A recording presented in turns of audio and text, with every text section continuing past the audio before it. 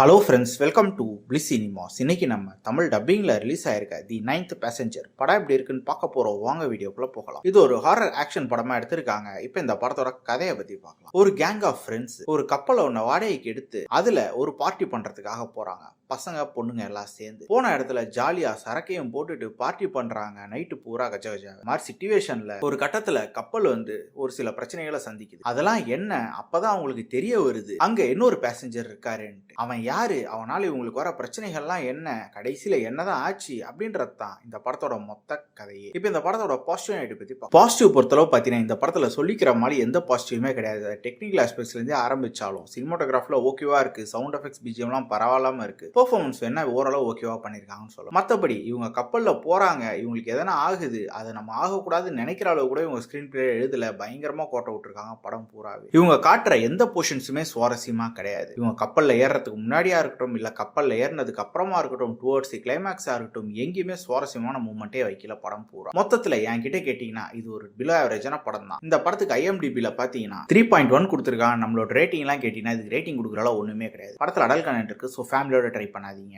இன்னொரு வீடியோல சந்திக்கலாம். தேங்க்யூ.